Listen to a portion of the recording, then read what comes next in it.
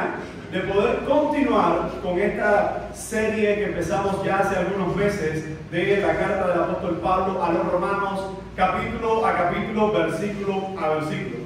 Y si solo hacemos un breve recordatorio de lo que hemos visto hasta aquí, hemos estado desarrollando cómo el apóstol Pablo escribe a una iglesia que se encuentra en lo que se puede conocer en aquel momento como la capital del mundo, es decir, el imperio dominante del mundo conocido está en Roma, ha conquistado todos sus alrededores y hasta lugares recónditos, y en medio de eso el mensaje, es decir, el evangelio de Cristo está llegando a todos estos lugares.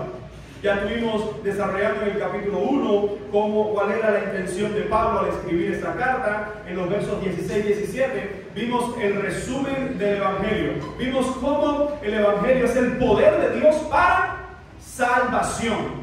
Y a una iglesia llena de judíos convertidos, llena de gentiles paganos ahora convertidos al cristianismo, se le está escribiendo esta carta, y el último tema que estuvimos desarrollando fue la seguridad de nuestra salvación está en Jesucristo, y vimos la primera parte del capítulo 5. Si usted va conmigo ahí al capítulo 5, ahí se va a dar cuenta cómo Pablo dice: justificados pues por la fe, tenemos paz para con Dios por medio de nuestro Señor Jesucristo, por quien también tenemos entrada por la fe a esta gracia en la cual estamos firmes, y nos gloriamos en la esperanza de la gloria de Dios. Y no solo esto, sino que también nos gloriamos en las tribulaciones, sabiendo que la tribulación produce paciencia, la paciencia prueba, la prueba esperanza, y la esperanza no avergüenza, porque el amor de Dios ha sido derramado en nuestros corazones por el Espíritu Santo que nos fue dado.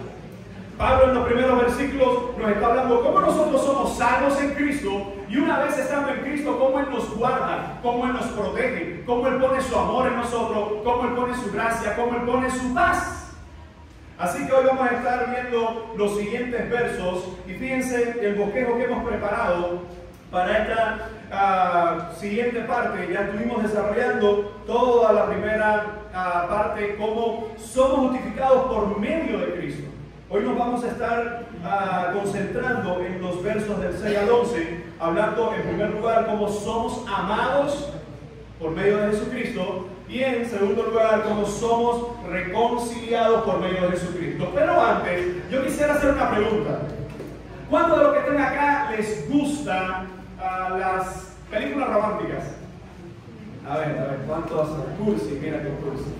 Ningún varón levanta la mano, no. Yo veo acción. Yo veo estilo, ¿qué van a hacer? Yo veo piñazo, papel piñazo. Bueno, dice William, yo. Pero claro, la esposa le dijo, dale, que yo sí, yo. Bueno, una de las cosas que siempre pasa en las películas románticas es que de una u otra forma siempre hay una trama que tiene que ver entre ese amor de ese hombre, de esa mujer, aunque bueno, hoy la sociedad ha cogido un rumbo que ya no es solo entre el hombre y la mujer, sino entre cualquier cosa, ¿no? Otro hombre, otra mujer, otra mujer. Pero la trama de la película, y sobre todo esas películas clásicas del romanticismo, yo una de las cosas que no aconsejo, que no consumo ese tipo de cine, que es el cine hindú, no se puede ver una película hindú, es lo que yo tengo entendido por lo que más saben de él, porque es las películas indias. Esas películas indias es un dolor, es un sufrimiento, y algunos se ríen porque quizás están viendo un poco de esas películas turcas que andan por ahí, por la misma zona. Y tú ves que es un sufrimiento y un dolor, 198 capítulos, y Josefina no acaba de declarar su amor, y es un desastre. Y hay gente que está en los 128 capítulos sufriendo y llorando. Ay, vamos a orar por Josefina. Tenga cuidado, mi amado hermano, porque algunos miserablemente pierden el tiempo con estas cosas. Y la cuestión es, ¿por qué te atrapa? Bueno, porque lo cierto es que hay algo en nosotros constantemente, que es esa idea de amor. El hombre quiere ser el héroe de la película, el héroe del conquistador del corazón de la mujer, o donde la mujer quiere ser la conquistada. Lo cierto es que cuando nosotros vamos al tema del amor en la Biblia, se rompen todos los parámetros y todos los esquemas cuando vamos a hablar de amor en la Biblia. Y así queremos hablar en esta primera definición cómo somos amados por medio de Jesucristo. Y mire cómo Pablo, después de introducirnos el tema de esa seguridad que nos da por medio del Evangelio, él ahora nos introduce a esta segunda sección donde dice porque Cristo, y este texto comienza con un porque. La pregunta es, ¿por qué? Este ¿por qué está aquí? ¿Reafirmando qué? ¿Lo que qué? El amor de Cristo. Sí, pero ese porque, gramaticalmente, cuando aparece porque, ¿qué es lo que significa un porque en la gramática? Hay una conexión, argumentar algo de lo que te ha desarrollado arriba. ¿Y qué es lo que ha desarrollado arriba? Bueno, que somos justificados por la fe, que tenemos paz con Dios, que estamos justificados por Él, que tenemos el amor de Dios, que nos gozamos en el Señor. Y hablándonos del gozo, del amor y de nuestra salvación, ahora Pablo dice, porque Cristo, cuando aún éramos débiles, fíjense cómo está esta cláusula, cuando aún éramos débiles, a su tiempo murió por los impíos. Vamos a detenernos unos minutos en esta primera parte. Lo que Pablo nos está diciendo, Cristo, introduce a Cristo evidentemente en esta ecuación de la vida eterna, en esta ecuación del perdón. Dice, porque Cristo, cuando aún éramos débiles. La pregunta sería, ¿qué significa ese término cuando aún, o esta frase, cuando aún éramos débiles? Primero, ¿qué significa la palabra debilidad? ¿Qué significa la palabra debilidad? Que no tiene fuerza. ¿Cómo? Que no tiene fuerza. Que no tiene fuerzas. Muy bien. ¿Qué más significa la palabra debilidad? Alguien que es débil. Falta de carácter. ¿Algo qué? Algo inseguro. ¿Qué más? Incapaz. A ver, Pedro. Frialdad. De hecho, si uno dice, bueno, vas y no hay al trabajo y dice, me siento un poco débil. ¿Qué es lo que estás? Como no te sientes bien, como que no estás, como decimos, al 100%, te falta ánimo. Bueno, lo interesante es que esta debilidad que el apóstol Pablo está hablando aquí no tiene nada que ver con lo que usted dijo. Porque dice, porque Cristo, cuando aún, no Cristo, sino nosotros. ¿Quién es el nosotros de Pablo aquí? ¿Quién entra en ese aglomerado de personas que es nosotros, en esa primera persona? ¿Quiénes entran ahí? ¿Quiénes? Entra Pablo y su audiencia, quienes están escribiendo, la iglesia de Roma. Era eso, era ese grupo de personas. Dice, porque Cristo cuando aún éramos débiles, ahora, ojo con esto, porque por ahí hay algunos movimientos eclesiásticos donde dice, como algunos llamados de un corte pelagiano o semi-pelagiano, que fue un monje que tuvo una gran discusión con Agustín de Hipona en el siglo V. Este señor, Pelagio, decía que el hombre es bueno. Sí, que el hombre tiene cosas buenas en lo más profundo de su corazón y el hombre puede buscar a Dios por sus medios. De ahí sale una de esas frases muy famosas donde, bueno, Dios da 99 pasos y tú das el otro paso. Bueno, esto es parte y parte. Como dice la Biblia, ayúdame que yo te ayudaré. No sé qué Biblia es esa, pero hay gente que lo dice. Hay gente que dice, no, el hombre no es tan malo. A ver, el hombre sí que es malo, pecador, pero a ver, no tan malo. Y ahí salió esa famosa frase de muchas jóvenes cuando van a buscar pareja y van al punto y dicen, pero él no es tan malo. Es lo único que le falta. Lo único es ser cristiano. Le falta todo. Pero ¿a dónde llega nuestro sistema de pensamiento que se reproduce en cómo vivimos cuando tenemos las bases del corazón del hombre, de la doctrina de cómo es el hombre? Malo. El apóstol Pablo está diciendo, cuando aún éramos débiles.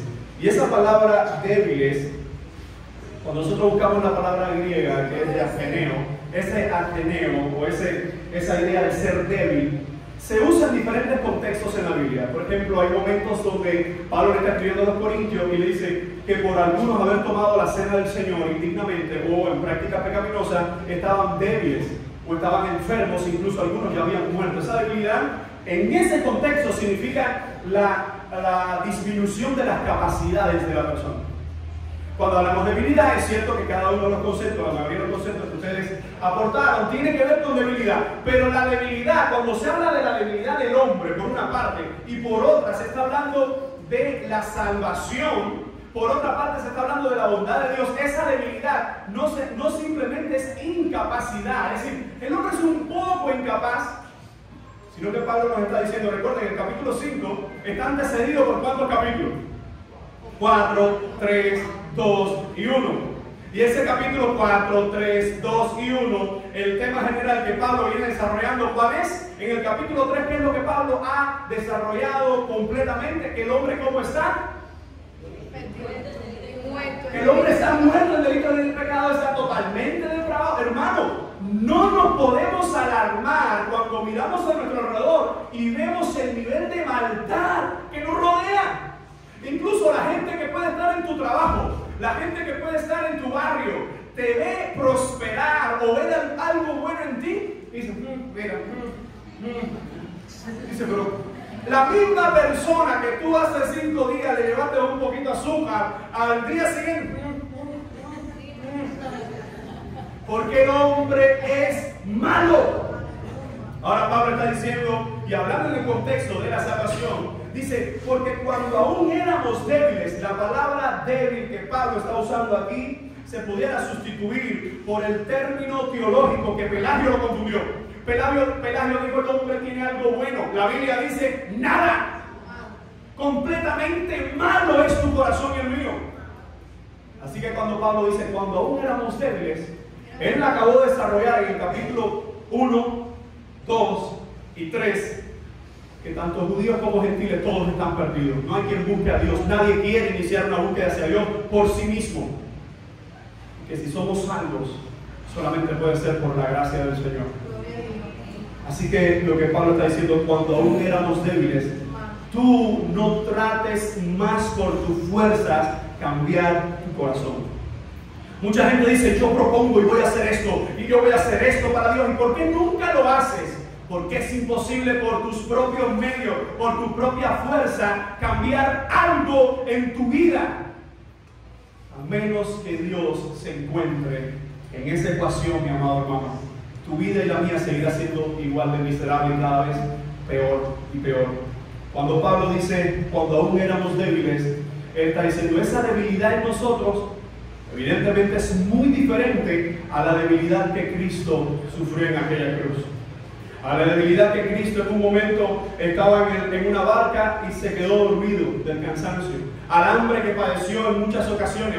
La debilidad de nuestro Señor Jesucristo encarnado es completamente distinta a la debilidad que experimenta el hombre sin Dios. Esa debilidad usted lo puede sustituir, y lo que podemos entender es que Pablo dice, cuando aún éramos totalmente incapaces. ¿Por qué? Porque lo acabo de decir en los capítulos anteriores, la condición del hombre.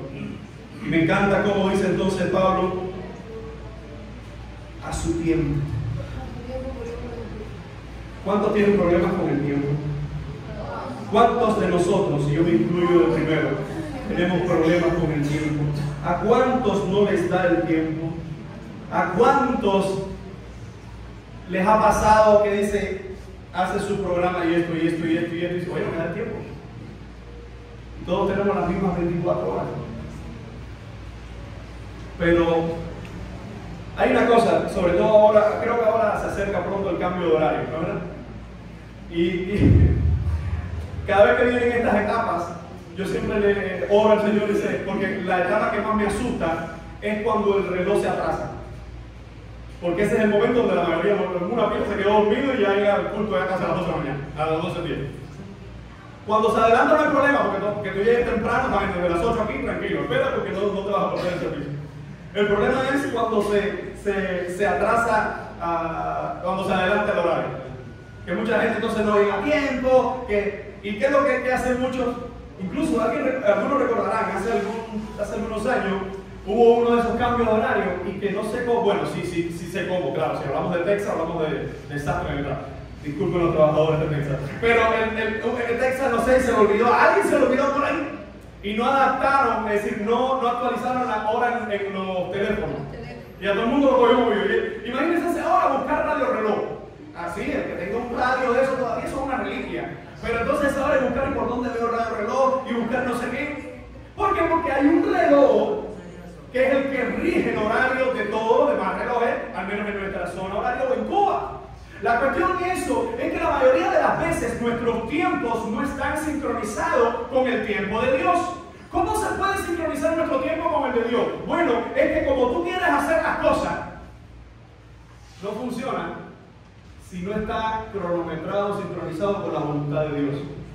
Hermano, cuando nosotros hablamos de los tiempos, debemos entender que el mismo sabio de los sabios dijo, todo tiene su tiempo. Todo lo que se quiere debajo del cielo, dice, tiene su hora. Y hay un cambio ahí, cuando habla del tiempo de forma genérica y cuando habla de la hora, es decir, de forma oportuna. La cuestión con esto es que dice la palabra, que a su tiempo, ¿al tiempo de quién? Dice, al tiempo del Señor, dice, Cristo murió ¿por quiénes? Por los impíos. Ahora, Gálatas 4:4, si usted puede buscarlo conmigo, sería interesante leer cómo el texto dice Gálatas 4:4. Yo lo voy a leer. Dice, pero cuando vino el cumplimiento del tiempo, Dios envió a su Hijo, nacido de mujer y nacido bajo la ley. ¿Qué es lo que pasa con Gálatas 4:4? Que cuando nosotros buscamos Gálatas 4:4, en griego nosotros vamos a ver dos palabras diferentes que se usan para tiempo. Una es cronos y la otra es kairos. De hecho, si nosotros buscamos Gálatas 4:4, nos vamos a dar cuenta que la palabra que se usa ahí para tiempo es la palabra griega cronos.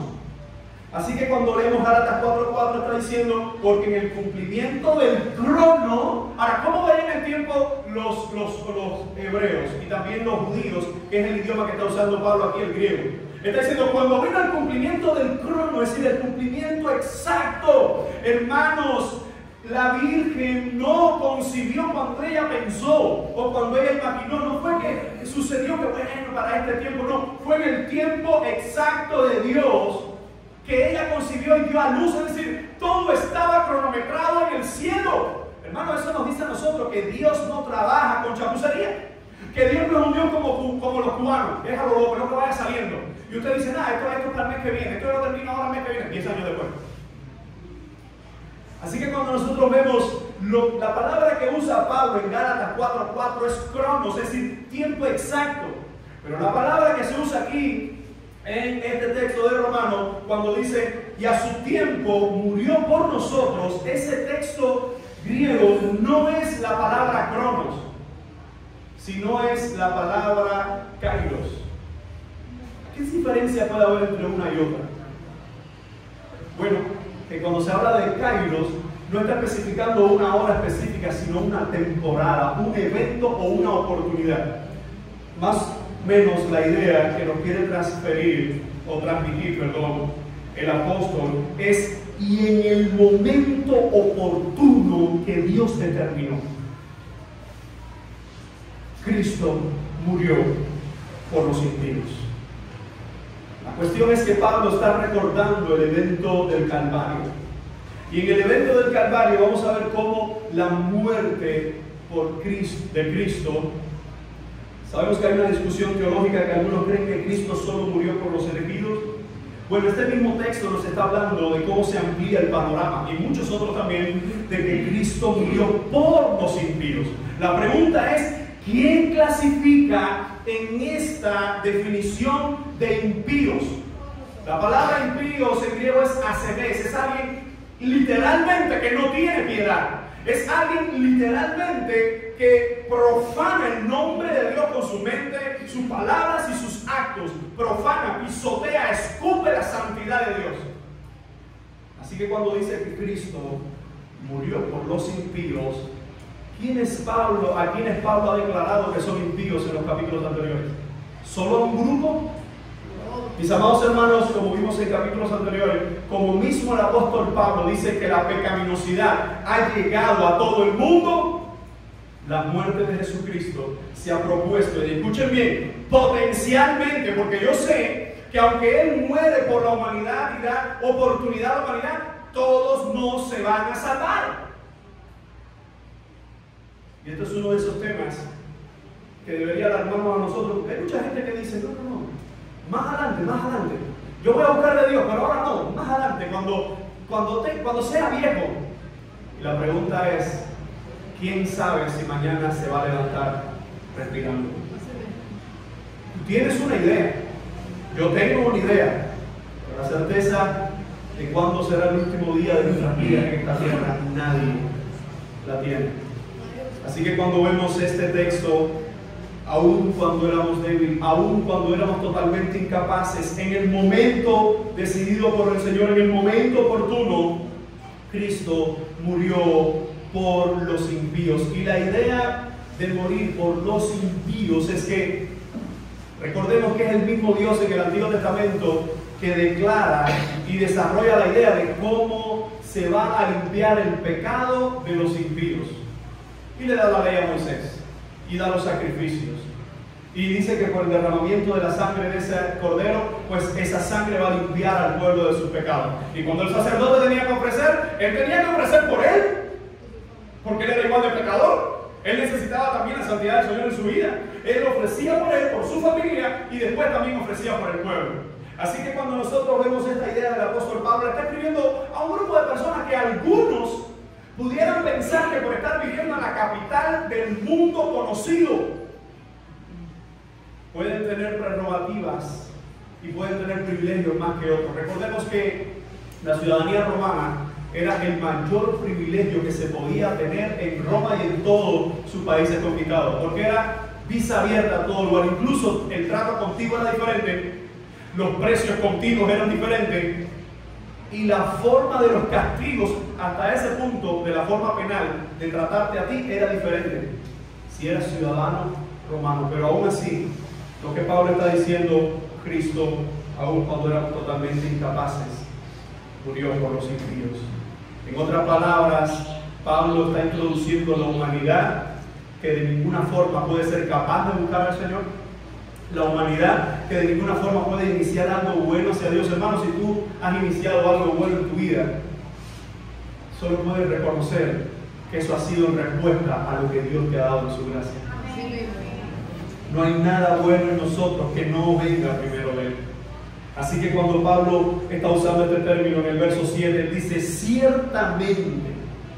Y él usa un ejemplo que yo diría que había un ejemplo ilusorio. Porque él dice, apenas morirá alguno por un justo. Con todo, pudiera ser que alguno osara morir por el bueno. Yo me detuve a buscar hombres en la historia que se han sacrificado por alguna causa y encontré muchos nombres, incluso de mujeres también, que se sacrificaron por una causa, que se sacrificaron por un emblema de libertad, por una visión o como visión de aportar algo bueno a esa sociedad. Y vas a encontrar mucha gente que a lo largo de la historia se ha sacrificado. Por eso no es lo que está hablando Jesús aquí.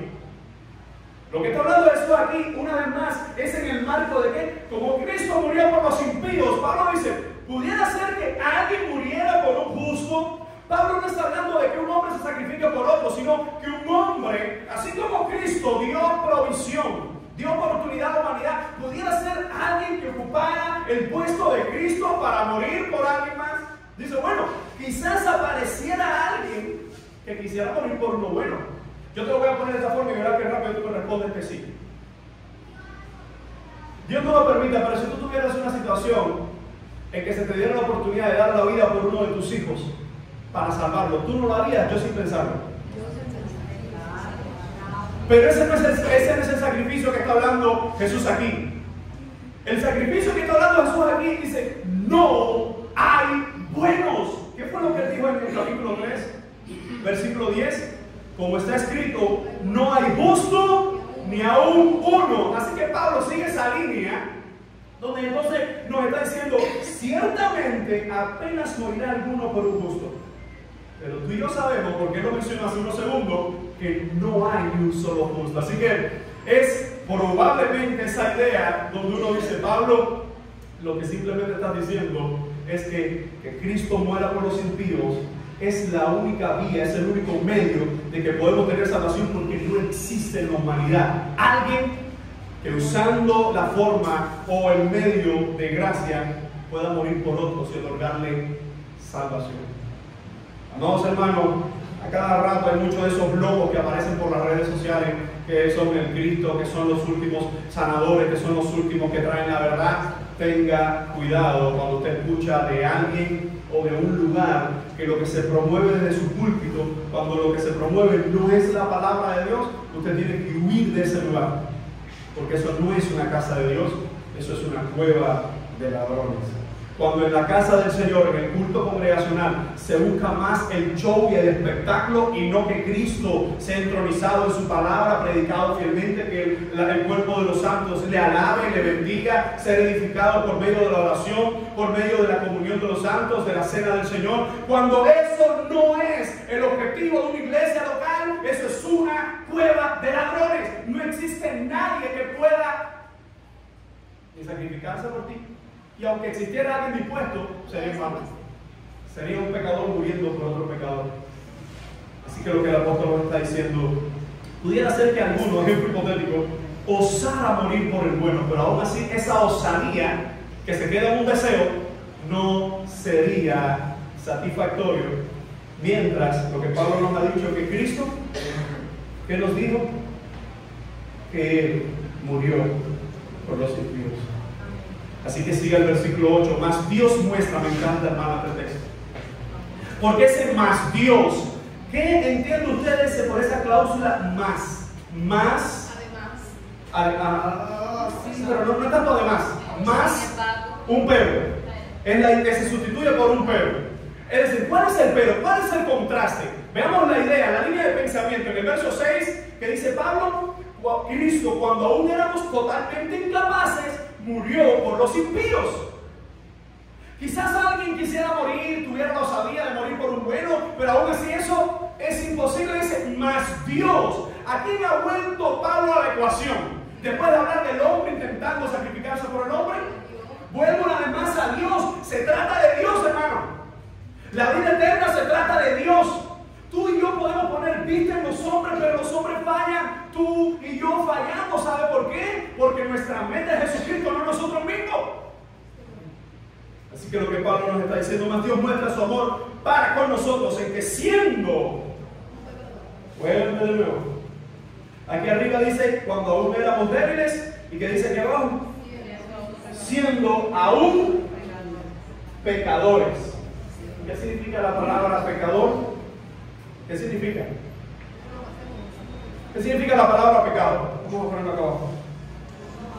Pecado. A ver, hay algunos estudiantes aquí.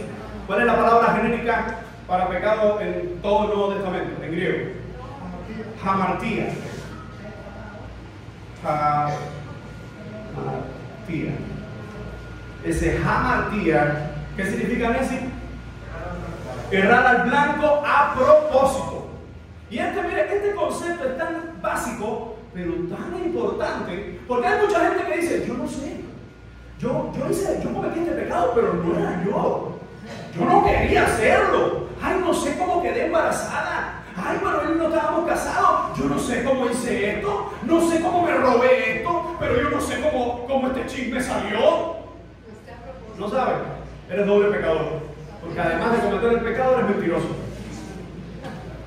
Mis amados hermanos, cuando Pablo usa el término en que aún siendo pecadores, o siendo aún pecadores, y esto es increíble, porque Pablo deja la idea como que alguien pudiera tener la osadía, o alguien tuviese la osadía de voy a sacrificarme por una persona buena, pero por un malo. Yo no sé si usted vio,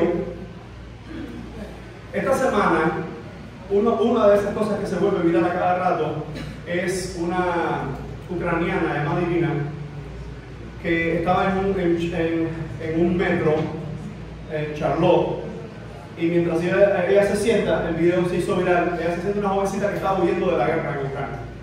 Se sienta en su puesto, y había un señor detrás con una capucha, con sus trenzas largas, que había estado más de 12 ocasiones ya preso por diferentes actos delictivos. Él la ve, sacó su navaja, la cuchilló y se fue. Muy normal. Y se ve el video, los videos que en esos trenes que todos tienen video, como él va caminando y la sangre va a rodar. Es muy normal y muy natural. La muchacha murió. Bueno, ahora el debate es la pena. Muchos están pidiendo pena de muerte, otros están diciendo que no, etc. Pero cuando uno ve esas cosas, sin entrar si es ético o no, que se aplique o no se aplique esa sanción, la más severa, la pena de muerte, etc. No vamos a entrar en el punto del debate. Pero lo cierto es como cuando uno puede ver eso, hermano, yo creo que cuando lo vi sentí un acto repulsivo hacia esta otra persona. Yo decía, ¿cómo puede ser de una forma tan natural?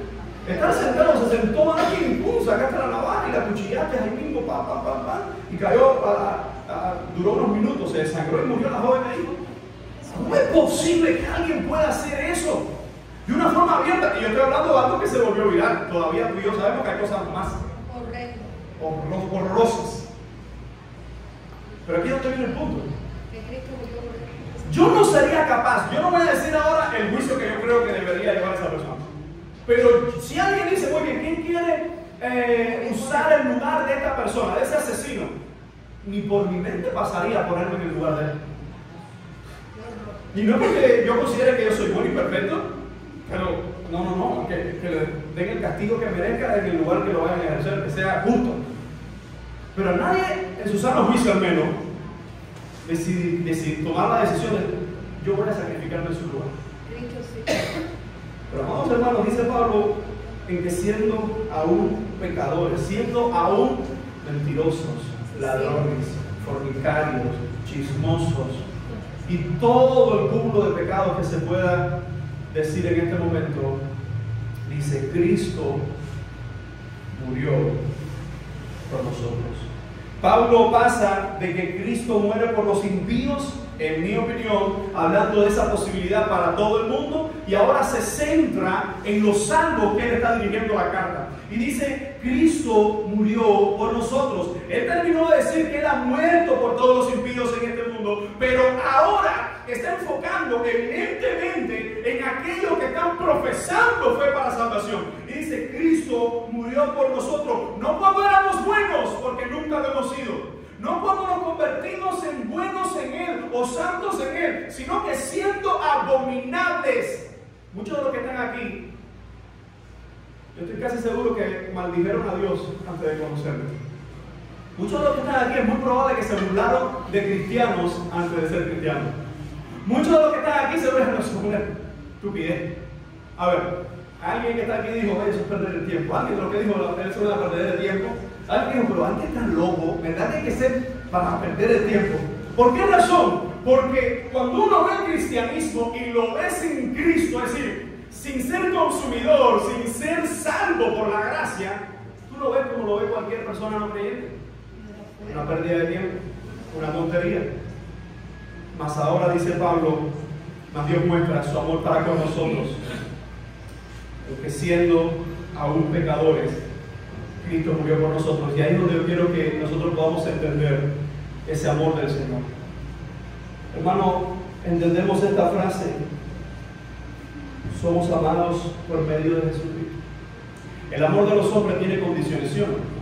Te amo si haces esto. Te amo si me das esto. Te amo si te comportas de esta forma. El amor de Dios es te amo y punto. Te amo aunque no lo mereces. Te amo aunque no lo desees. Te amo aunque no lo busques. Te amo y punto. Ese es el amor perfecto de Dios para con nosotros. Y Dios puede decir gloria sea su nombre por ese amor. Porque no hay nada tan sucio y tan bajo en esta vida que el Señor no sea capaz en su amor de perdonar. Hermano, pero se trata de arrepentimiento. El hecho de que tú seas salvo no significa que tú tienes licencia para pecar y que puedes hacerlo, y mucho menos deleitarte. Te lo digo de esta forma. Una de las cosas que tú y yo deberíamos replantearnos en nuestras vidas en muchas ocasiones, si fuera todos los días mejor, pero en muchas de nuestras ocasiones, es si verdaderamente somos salvos. Porque hay mucha gente viviendo en la iglesia, pero no es iglesia. Te pongo ejemplo. Quizás tú dices, yo oro. Los musulmanes oran más. Quizás tú dices, yo estudio. Los católicos posiblemente estudien más, y no estoy hablando de los nominales, estoy hablando de los que están en el Vaticano, los que están escribiendo manuscritos y haciendo estas cosas. Quizás estudian más. Yo me congrego. Los religiosos también lo hacen. Yo sirvo, yo doy mi dinero, yo ayudo a los demás.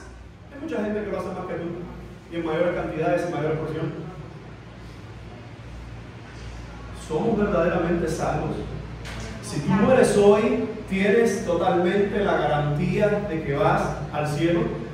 Si tú mueres hoy, ¿tienes la seguridad de que serás recibido en la presencia del Señor? Hermanos, una de las herramientas más hábiles de Satanás en los últimos tiempos es mantener a gente dentro de las iglesias entretenido y pensando que son cristianos. Una de las cosas que es una alarma de que no eres cristiano es cómo te relacionas con el pecado.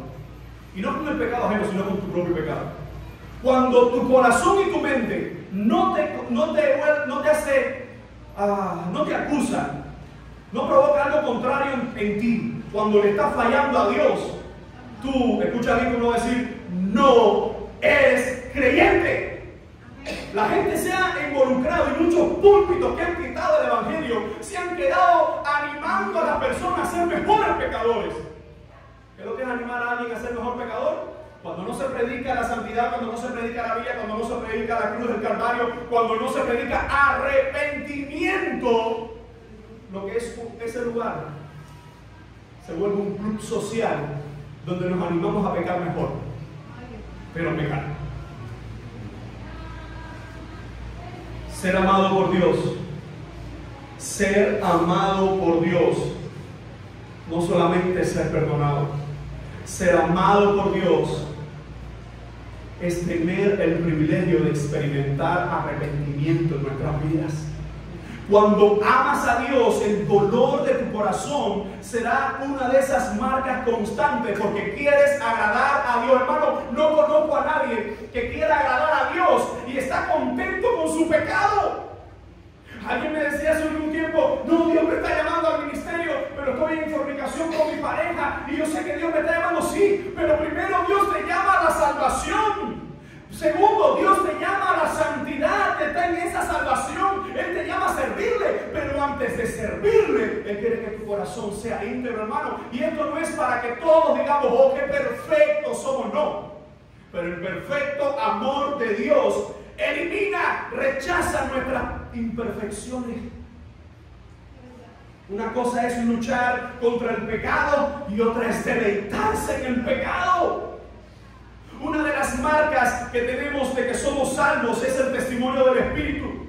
Cuando el Espíritu testifica en nuestra vida, eres mío. Y escucha, porque hay algunos que están comenzando, hay algunos que están iniciando su batalla, pero puedes llevar 20 años en el Evangelio, 30, 40, 50. Las batallas de la vida cristiana jamás cesarán. Hay un día que no estarán. ¿Y por qué será? Porque estaremos con Él en la eternidad. Mientras hay que sufrir, mientras hay que pelear. Así que cuando Pablo nos dice somos amados por medio de Jesucristo, debemos entender que aun cuando éramos pecadores, Cristo murió por nosotros, pero no murió por nosotros para que sigamos pecando. Murió por nosotros para que empecemos a luchar. Iglesia, basta de conformarte con un estilo de vida que tú sabes que deshonra el nombre de Dios. Y se lo digo como alguien que también pelea por agradar al Señor. Esto no es de aquí para allá. Eso es todos nosotros como iglesia involucrados en agradar al Señor. Pero algunos dicen, no, yo llevo años en la iglesia. Algunos dicen incluso, porque a veces hablamos de los que llevan muchos años. No, algunos dicen, no, yo soy nuevo. Y Dios a mí me va a perdonar esa cosa, porque ¿sabe? Yo estoy empezando. Mis amados hermanos, la vida cristiana es una vida radical. Desde el momento que dijiste, Cristo, eres mío, yo soy tuyo, desde ese día se ha declarado una guerra a muerte contigo. ¿Por qué? Porque la carne nunca estará dispuesta a darle gloria a Dios. La carne siempre querrá, siempre quiere satisfacer los deseos pecaminosos de ella misma. Así que en primer lugar, somos amados por medio de Jesucristo. Hermano, nadie puede ser confrontado con el Evangelio, ser salvo y seguir viviendo igual. No podemos ser la misma persona cuando Cristo viene a nuestras vidas. En ocasiones me preguntan muchos hermanos, y incluso con pastores he hablado: pastor, tú sabes que en tu iglesia hay gente que responde a otros intereses y está ahí para tomar notas y qué sé yo, y Yo le digo: gloria sea al nombre del Señor. Porque el que viene a este lugar con otro interés, mientras en este lugar se predica el Evangelio convierte. Y si convirtió a Pablo, que era posiblemente la gente mayor de toda la seguridad del Estado, de los fariseos, si él convirtió su alma, no te va a convertir a ti. No te va a convertir a ti. Y la otra parte es esta: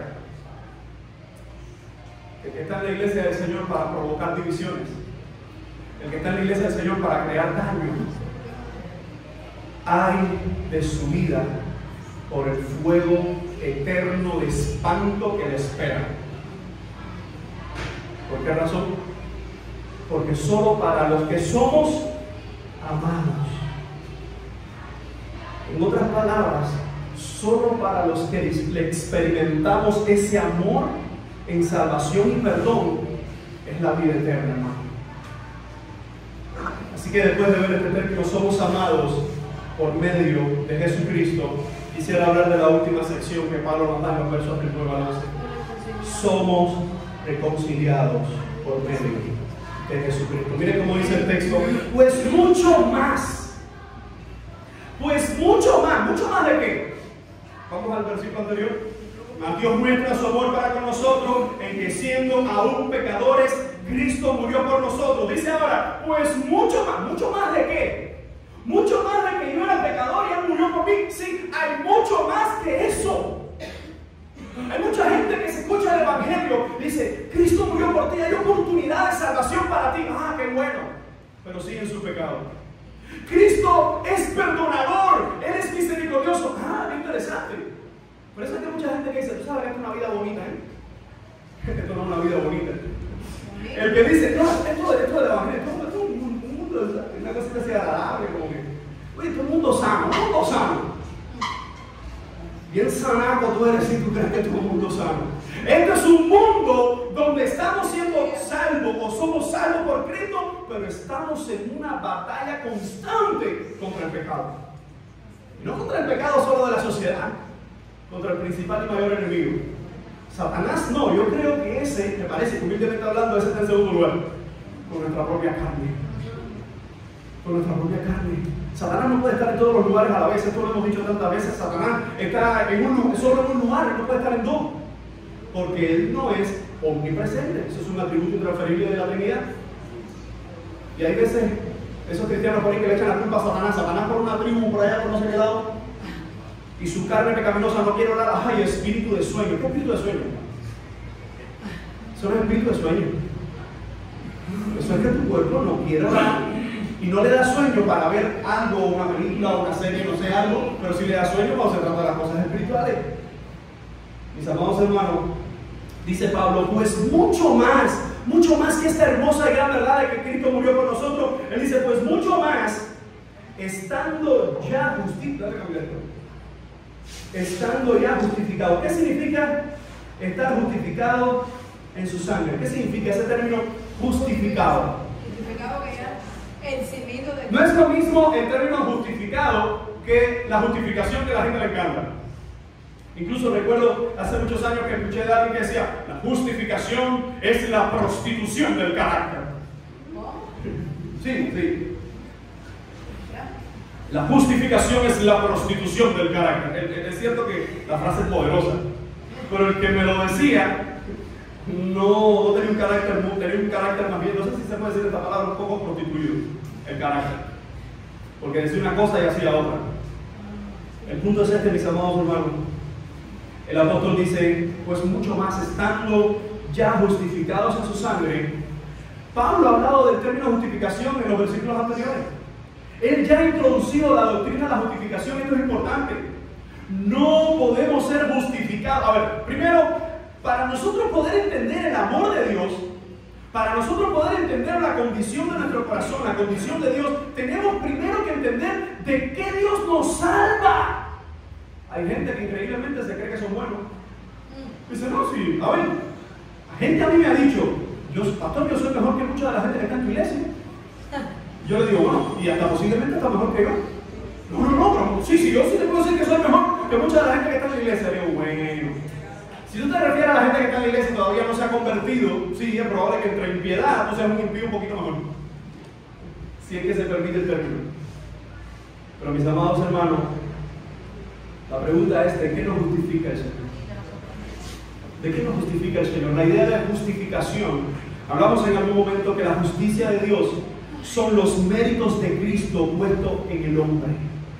Cuando nosotros hablamos de nuestro corazón, si lo que vemos en nuestra alma es perversión y maldad, lo que Dios ve por medio de Cristo es paz, bondad, amor, mansedumbre, santidad. Y la pregunta es ¿por qué? Porque no podemos justificarnos por nosotros mismos. ¿Alguien recuerda la primera o una de las primeras actitudes que tuvo Adán cuando pecó en el Edén? Recién él peca, él siente miedo, y cuando el Señor le confronta, ¿qué hace él? Empieza a justificarse, hermano. La justificación del hombre es el resultado de haber pecado contra Dios y sentirse o tratar de sentirse bien ante Dios, aunque no tiene causa. Ni tiene razón. Escucha, Dios no te ama con tu pecado.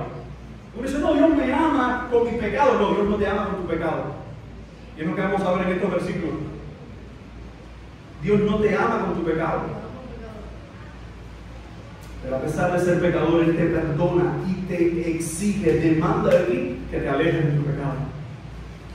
Fíjense cómo dice, pues mucho más estando ya justificados en su sangre.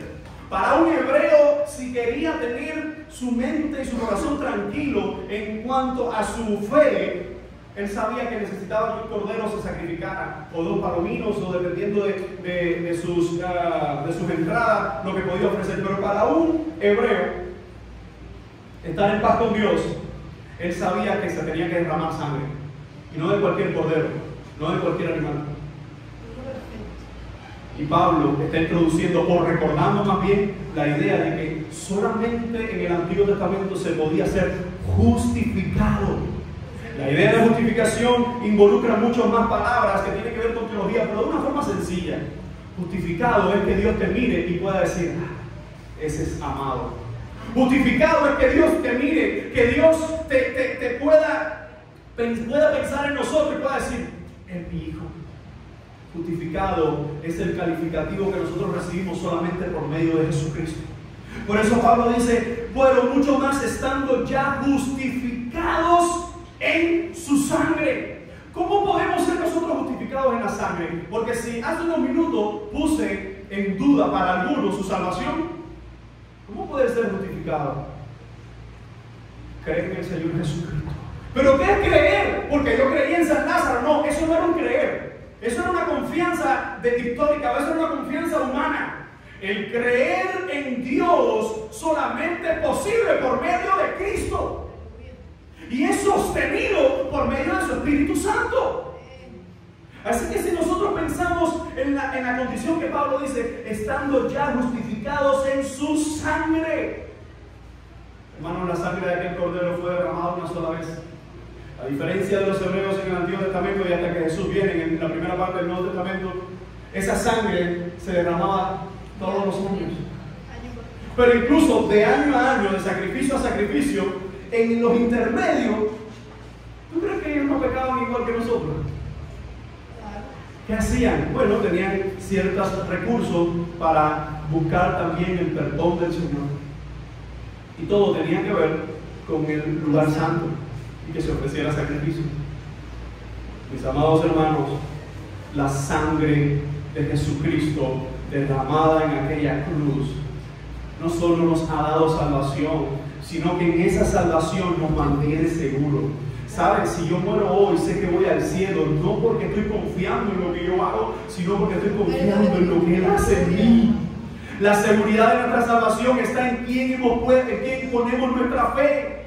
Así que cuando Él nos dice, huye del pecado, aléjate del pecado, arrepiéntete, arrepentimiento cristiano es cambio radical de mente, palabras y acciones. Y eso solo es posible por medio de Jesucristo. Así que lo que nos dice el Evangelio, pues mucho más, dice Pablo, pues mucho más, estando ya justificado en su sangre, por Él, ¿qué dice? Seremos salvos de la ira. Pablo habla de una condición presente. ¿Cuál es la condición presente? Estando justificados en su sangre. Algo que estamos experimentando en Él. Dice, estando en esa condición de justificados por Cristo, por Él, por Cristo, seremos salvos de ¿qué cosa? De la ira. Mis amados hermanos, los hijos tienen esa increíble capacidad de sacar lo más tierno de nosotros y también lo más airado. Yo a veces me pongo a pensar de cómo mis hijas tienen esa habilidad. Y a veces juntos, una detrás de otra. Tanto así que la más pequeña ya está descubriendo que mi corazón es débil hacia ella. Y entonces cuando ella a veces está haciendo algo o va a hacer algo, viene primero y me dice, imagínese esto, 2 años, mi dulce papá, te amo papá. Y el corazón se derrite. Y va y hace una maldad. Y cuando hace esa maldad, ese es mi dulce papá que yo le digo eso, ahora viene hacia ella, pero no como su dulce papá, sino como su dulce castigador. Y es increíble cómo segundos de provocar esa ternura provoca esa ira que a veces, hermano, yo incluso le he pedido perdón a Dios. Yo sé que, a ver, que todos estamos en ese barquito. Porque a veces uno dice, creo que se me fue un poco la mano. Y a veces uno le da y uno dice, Bueno, ayer mis 2 hijas hicieron algo en la nevera, la bajaron a último. Estaba descongelando ahí los pomos de agua. Hay pomos de agua, para los canotas eran pomos de agua. Y se empezó a descongelar y las llamamos a las 2. Ali y Esther, Amy, Esther. Cuando ella escucha la voz de mando, pega por necesito sabe que a veces se le olvida, pero 1, 2, y vinieron corriendo las 2. Y estaba Jessy, y estaba la mamá de Jessy vino, y yo le digo, ¿quién de las 2? Y yo pensaba que era Amy, ¿quién bajó ¿cómo se llama? El reloj de eso de la nevera? ¿Quién lo hizo? Y Amy primero dijo, Alice. Pero como ella normalmente siempre le echa la culpa a Ali, yo le dije, Amy, y cuando yo miro a Ali baja la cabeza, digo, se le da todo. Fue Ali. Le digo, Alice, eso no se hace. Imagínense cómo uno estaba. Eso no se hace. Y Amy la mira y le dice, eso no se hace. Yo empecé a disimular de que estaba tosiendo y miré la cara porque no me podía reír delante de ella, porque usted sabe, la autoridad y todas estas cosas. Pero como incluso hubo un momento de ira. El punto mío, lo que quiero recalcar es cómo a veces en la ira uno comete errores, cómo a veces en la ira incluso no la puede ni sostener. ¿Por qué? Porque nuestra ira es imperfecta también. ¿Cómo? Hermano, Dios es un Dios airado. Y cuando se habla de la ira de Dios, no es lo mismo la ira de Dios que la ira de los hombres. La ira de Dios es muy diferente. Y cuando hablamos de la ira de los hombres, es cierto que la ira de los hombres no tiene misericordia, pero la ira de Dios es santa y es justa. Tanto así que si nosotros leemos, y ustedes lo pueden buscar y lo pueden anotar también, para regalárselo a esas personas que te dicen que son tan buenos, que no vienen a la iglesia y que no hace falta, usted le puede regalar el Salmo 5:5. Primero aplicándolo para uno mismo, pero el Salmo 5:5 dice de esta forma: los insensatos no estarán delante de tus ojos, aborreces a todos los que hacen iniquidad. La palabra hebrea que se usa ahí en el Antiguo Testamento es odias a todos los que hacen iniquidad, y está hablando de Dios. Dios aborrece a los que hacen iniquidad. Salmo 7:11, Dios es juez justo, y nosotros decimos amén. Dios es juez justo, amén. Pero miren cómo termina. Y Dios está airado contra el impío todos los días. Dios airado contra el impío todos los días. Amados hermanos, la ira de Dios se puede ver desde dos formas para la humanidad. Uno es la ira de Dios sobre esta humanidad caída, en la cual tú y yo estuvimos bajo ella. Y otro es cuando Cristo nos justifica, como esa ira de Dios, no sé si tú lo pudieras, al menos yo lo veo así, como si fuera una gran tormenta que está cayendo sobre todas las personas. Si la representamos esa gran tormenta como la ira, y que Jesús es ese gran paraguas, que cuando se le abre, la ira sigue, pero ahora no te toca, porque hay un paraguas. El paraguas que detiene la ira de Dios sobre nosotros se llama Jesucristo. El agente de Dios, la tercera persona de la Trinidad, el Espíritu Santo, es el que detiene la ira del Padre sobre nosotros. Y por eso es que el Espíritu nos contrista, por eso es que el Espíritu, cuando hacemos algo que no le agrada, toca nuestros corazones. Por eso es que el Espíritu, cuando estamos tomando otro camino, nos llama. Por eso es que el Espíritu, cuando se está apagando nuestras almas, trata de avivarnos. ¿Por qué? Porque fuera de ese paraguas es la ira de Dios lo que queda para esta humanidad. Hermano, y todos nosotros, en un tiempo de nuestras vidas, vivimos bajo esa ira. Tú y yo estuvimos bajo esa ira.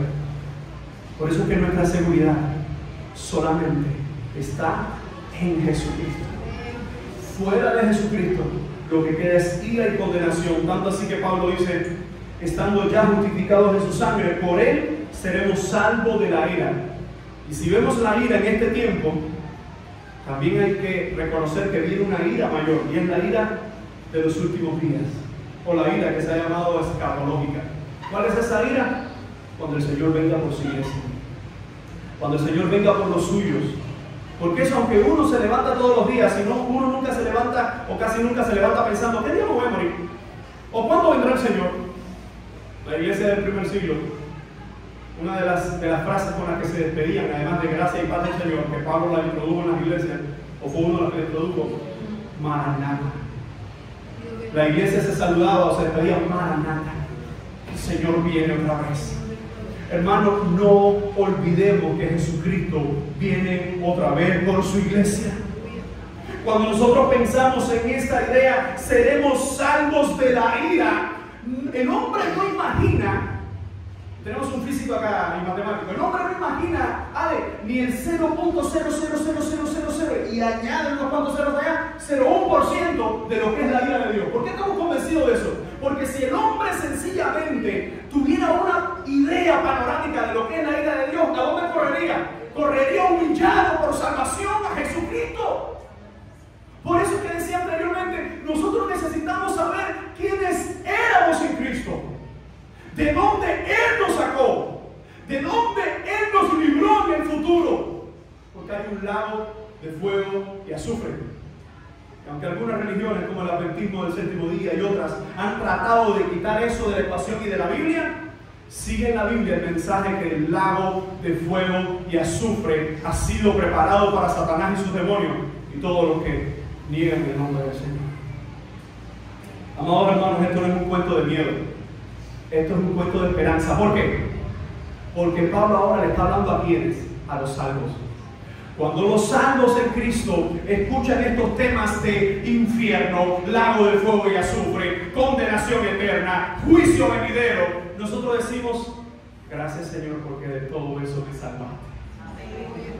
Gracias Señor porque de todo eso me libras hoy. Uno puede decir, gloria sea el nombre del Señor. Ahora miren como Pablo en el verso 10 dice, porque si siendo enemigos fuimos reconciliados con Dios por la muerte de su Hijo. Miren cómo Pablo, los músicos, aquí hay varios músicos, el increyendo, usted sabe, cuando los compositores hacen sus canciones o hacen sus arreglos, hay un increyendo, y eso es italiano, soy italiano.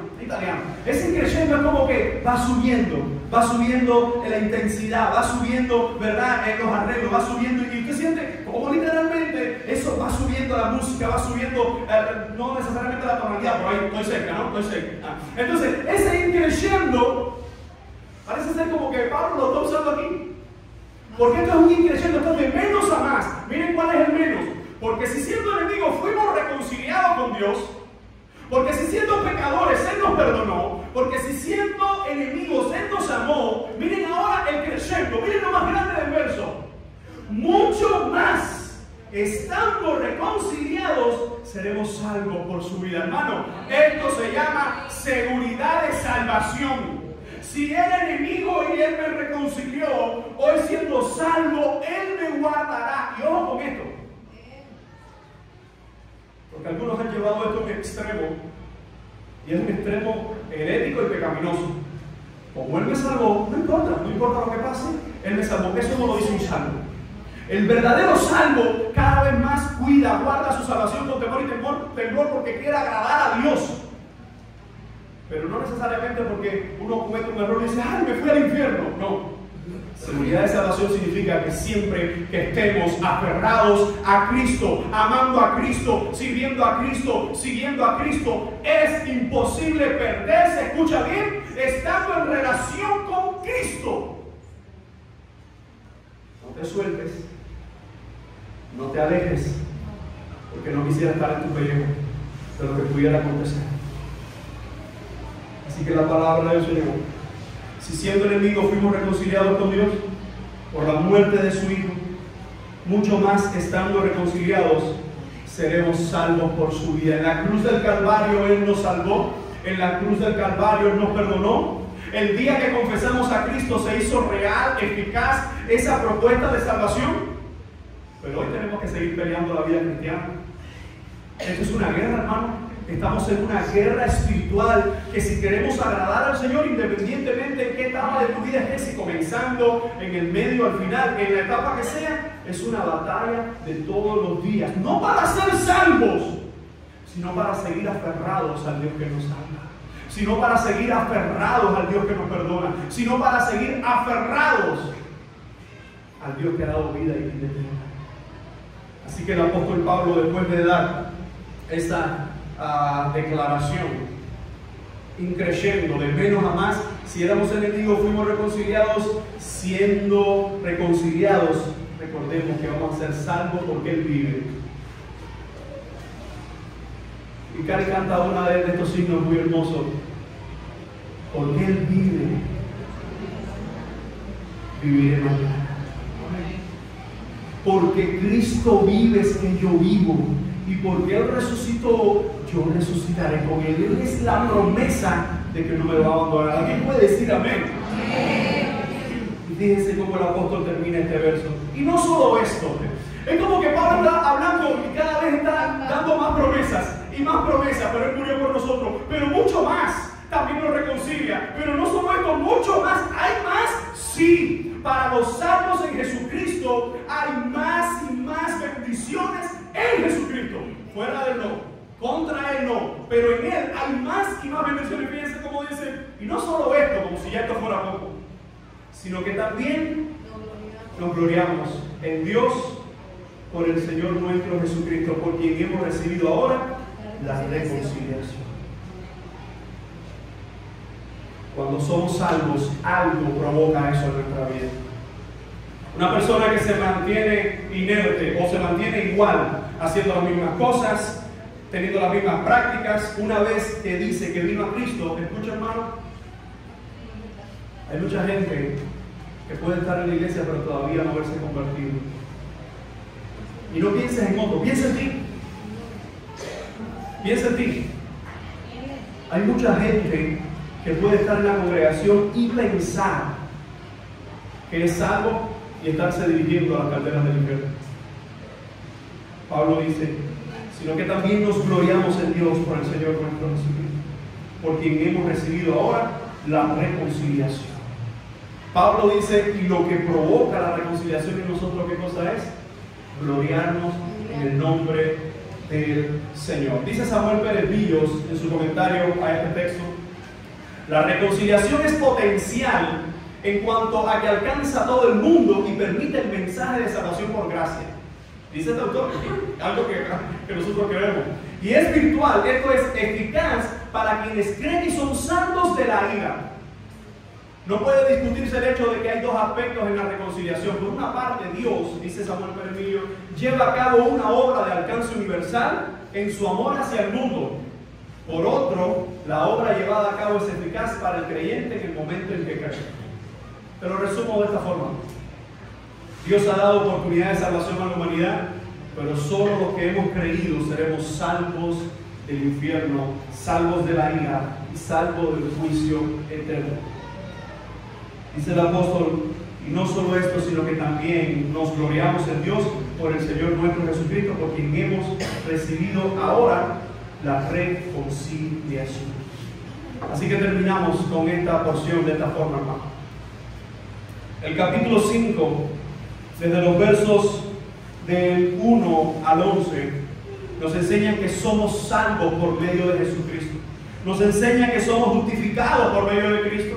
Nos enseña que somos amados por medio de Cristo. Y nos enseña que somos reconciliados por medio de Jesucristo. Y de esta forma resumimos. Nuestra salvación, la seguridad de nuestra salvación está en Jesucristo, hermano. Aferrados a Cristo, tenemos todas esas garantías. Fuera de Cristo, lo que hay es juicio y juicio eterno. Quisiera terminar orando. Voy a hacer una oración de forma general. Para ti que hoy quieres orar por perdón para tu alma, por arrepentimiento y por salvación, quiero hacer esta oración. Y para aquellos que han sido salvos, quiero orar por la seguridad de la salvación que provoca el Espíritu Santo en nuestra vida y porque nos ayude también a seguir peleando sin desmayar.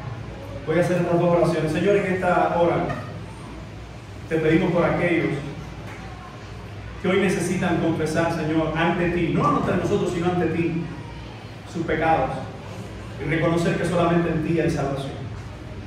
Te pedimos por sus almas, te pedimos por sus corazones. Te suplicamos, Señor, que si hay alguien en medio nuestro que tú les conoces, si hay alguien en medio nuestro que en esta hora está haciendo esta oración, que tu Espíritu Santo, Señor, sea en su vida para arrepentimiento, para salvación, para vida eterna. Señor, en ti hay perdón, en ti hay paz y hay seguridad. Por eso te suplicamos que seas en medio nuestro, que seas en medio de tu iglesia. Y por aquellos también, Señor, que hemos sido salvos, pero necesitamos cada día las fuerzas que tú das para pelear la vida cristiana. Por todo, por tu iglesia, te suplicamos que sigas siendo con nosotros y que tu Espíritu Santo nos guíe. Porque la seguridad de nuestra salvación está en Jesucristo. Es por medio de Jesucristo que somos reconciliados, que somos justificados, que somos amados. Te necesitamos, oh Dios, y nuestras vidas están delante de ti. A ti oramos y suplicamos por tu iglesia, que tú seas con nosotros hoy y siempre. En el nombre del Padre, del Hijo y del Espíritu Santo te decimos amén y amén.